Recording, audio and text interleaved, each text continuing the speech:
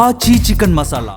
కాకినాడ జిల్లా జగ్గంపేట నియోజకవర్గం గంజాయి రవాణా కేసులో మరో వ్యక్తిని అరెస్టు చేసినట్లు పెద్దాపురం డీఎస్పీ శ్రీహరి రాజు వెల్లడించారు.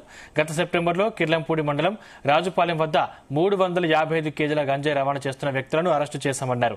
ఆ కేసులో మరో ముద్దాయి విశాఖపట్నం జిల్లా భీమిలి మండలం దాకమూరి గ్రామానికి చెందిన వైఎస్ఆర్సీపీ ఎంపీటీసీ చెల్లూరు నగేష్ బాబును అరెస్టు చేశామన్నారు. ఇతను విజయనగరం జిల్లా వైఎస్ఆర్సీపీ ముఖ్య నాయకుడికి అనుచరుడిగా ఉన్నట్లు తెలిపారు. ఈ సమావేశంలో సీఐ శ్రీనివాస్, ఏఐఎస్ఐ శేఖర్ సిబ్బంది పాల్గొన్నారు.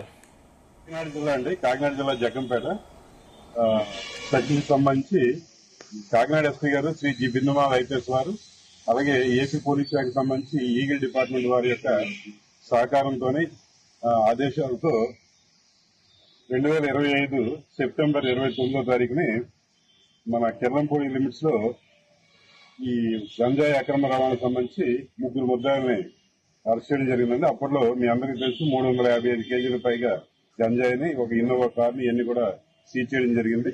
అప్పట్లో ఎవరంటే కదం సింగ్ అని, తర్వాత సువన్ కంకర్ దేవి, అలాగే మాపి కన్వర్ అని చెప్పి 3 అప్పుడు అరెస్ట్ చేయడం జరిగింది. ఇందులో ప్రధాన ముద్ద ఎవరంటే లాక్ సింగ్ అండి. లాక్ సింగ్ మన కేసుల నుంచి తప్పించుకున్న తర్వాత కూడా ఆయన ఈ వ్యాపారం ఆపలేదు. ఈయన ఏంటంటే తెలంగాణకు సంబంధించిన కొత్తగూడెం జిల్లాలో టేకులపల్లి పోలీస్ స్టేషన్ లో నవంబర్ 29 అరెస్ట్ చేయడం. నవంబర్ 29 అరెస్ట్ అయిన తర్వాత ఈయన మనం పీటీ వారెంట్ తీసుకున్న తర్వాత పోలీస్ కస్టడీ తీసుకుని ఈ నేరం గురించి మనం ప్రశ్నించడం, ఈ నేరం గురించి ప్రశ్నించిన తర్వాత ఈయన ఈ నేరం ఒప్పుకోవడం జరిగిందండి. ఒప్పుకున్న తర్వాత ఈయన్ని అప్పుడు ఈ లాక్ సింగ్ ఈ కేసులో మనం అరెస్ట్ చేసాం. ఆయన యొక్క ఇన్ఫర్మేషన్ బేస్ చేసుకుని మరికొంతమంది ముద్దాయిని మనం ఐడెంటిఫై చేయడం జరిగింది.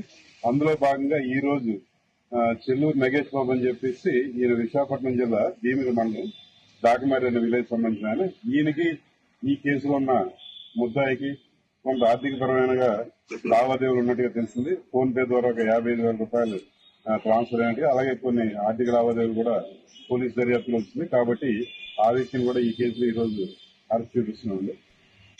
గంజాయి కేసులు అయితే లేవండి, వేరే ఆంధ్రాకి సంబంధించి